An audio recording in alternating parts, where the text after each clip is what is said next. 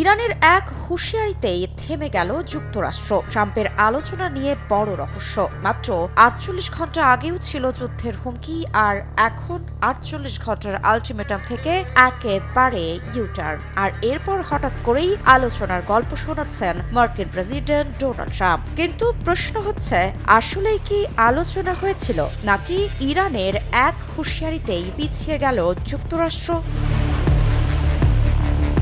২৩ March ইরানের সঙ্গে যুদ্ধ বন্ধে খুব ভালো ও ফলপ্রসূ আলোচনা হয়েছে বলে দাবি করেছেন মার্কিন প্রেসিডেন্ট ডোনাল্ড ট্রাম্প। তিনি জানিয়েছেন, গত ২ দিনে ইরানের সঙ্গে তার প্রশাসন মধ্যপ্রাচ্যে তাদের শত্রুতার সম্পূর্ণ ও চূড়ান্ত সমাধানের বিষয়ে অত্যন্ত ভালো ও ফলপ্রসূ আলোচনা করেছে। নিজের ট্রুথ সোশ্যাল পেজে সম্পূর্ণ বড় হাতের অক্ষরে দেওয়া এক বার্তায় তিনি জানান, এই গভীর বিস্তারিত এবং গঠনমূলক আলোচনার ধরন ও সুরের ওপর ভিত্তি করে যা পুরো সপ্তাহ জুড়ে চলবে, আমি যুদ্ধ বিভাগকে ইরানের বিদ্যুৎ কেন্দ্র এবং জ্বালানি অবকাঠামোর ওপর যে কোনো এবং সমস্ত সামরিক হামলা ৫ দিনের জন্য স্থগিত করার নির্দেশ দিচ্ছি। তবে এটি চলমান বৈঠক ও আলোচনার সাফল্যের ওপর নির্ভরশীল।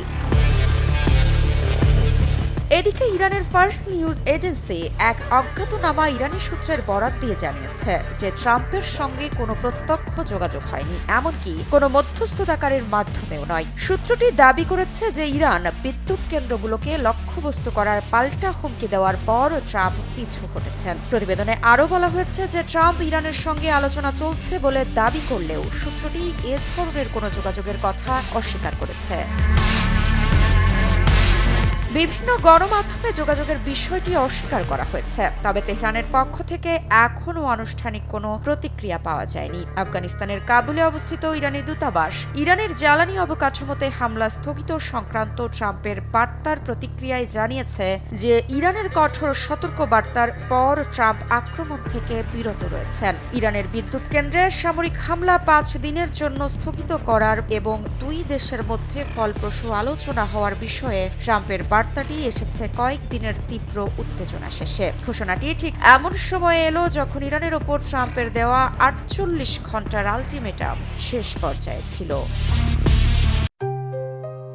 JBS holdings limited. সম্প্রতি ট্রাম্প হুমকি দিয়েছিলেন, ইরান যদি হরমুজ প্রণালী দিয়ে জাহাজ চলাচলের নিরাপদ পথ নিশ্চিত না করে, তবে তাদের বিদ্যুৎ কেন্দ্রগুলোতে হামলা চালানো হবে, যা সংঘাতকে এক ভয়াবহ রূপ দিতে পারত। ট্রাম্পের এই হুমকির প্রতিক্রিয়ায় ইরানের রাজনৈতিক ও সামরিক কর্মকর্তারা সতর্ক করেছিলেন যে তেমনটি হলে তারা ইসরায়েল সহ পুরো অঞ্চলের জ্বালানি ও তেল স্থাপনাগুলোতে পাল্টা হামলা চালাবে। এমনকি তারা বিশ্বের ১/৫ তেল সরবরাহকারী এই নৌপথটি সম্পূর্ণ বন্ধ করে দেওয়ারও হুমকি দিয়েছিলেন। এদিকে ইরানের বিদ্যুৎ ও জ্বালানি অবকাঠামোয় সম্ভাব্য হামলা ৫ দিনের জন্য স্থগিত করেছে ট্রাম্প। এতে কমতে শুরু করেছে তেলের দাম। ইরানের বিদ্যুৎ কেন্দ্র ও জ্বালানি অবকাঠামোগুলোতে যে কোনো ধরনের সামরিক হামলা স্থগিত রাখার জন্য ট্রাম্প নির্দেশ দেওয়ার পর তেলের দাম ১৩%-এরও বেশি কমেছে। মৃত্তিকা সিনহা বিশ্বাস, নিউজ 24।